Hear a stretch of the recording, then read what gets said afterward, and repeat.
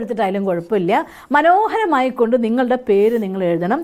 ഞാനിവിടെ എഴുതുകയാണ് ബ്രഹ്മകുമാരി ഷീബ എന്നുള്ളതിന് നമ്മൾ BK ഷീബ എന്നാണ് എഴുതുക. അതേപോലെ ഞാനിതിൽ BK ഷീബ എന്ന് ഒന്നാമത്തെ പ്രാവശ്യം എഴുതി.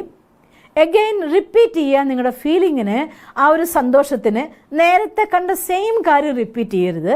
റിപ്പീറ്റ് ചെയ്യുമ്പോൾ നമുക്ക് ഒരേ ടേസ്റ്റി ഫുഡ് വീണ്ടും വീണ്ടും കഴിക്കുമ്പോൾ അതിൻ്റെ രസം കുറഞ്ഞു പോകുന്നത് പോലെ ആ ഒരു പൈസ അല്ലെങ്കിൽ ആ ഒരു സമ്പത്ത് കയ്യിൽ വരുമ്പോൾ അതുമായിട്ട് അനുബന്ധമായിരിക്കുന്ന നെക്സ്റ്റ് സൊല്യൂഷൻ നമ്മൾ ചെയ്യുന്ന എന്താണോ അത് കാണുക, ആനന്ദിക്കുക. എഗെയിൻ വീണ്ടും നിങ്ങളുടെ പേര് എഴുതുക. ഇതേപോലെ 7 പ്രാവശ്യം. ഇനി ഒരുപാട് കാര്യങ്ങളില്ല എന്ന് വിചാരിക്കാൻ നിങ്ങൾക്ക് കാണാനായിട്ട്, എന്നാൽ നിങ്ങൾ റിപ്പീറ്റ് ചെയ്ത് കണ്ടാലും കുഴപ്പമില്ല. ഇങ്ങനെ കണ്ടുകൊണ്ട് 7 പ്രാവശ്യം നിങ്ങളുടെ പേര് എഴുതണം.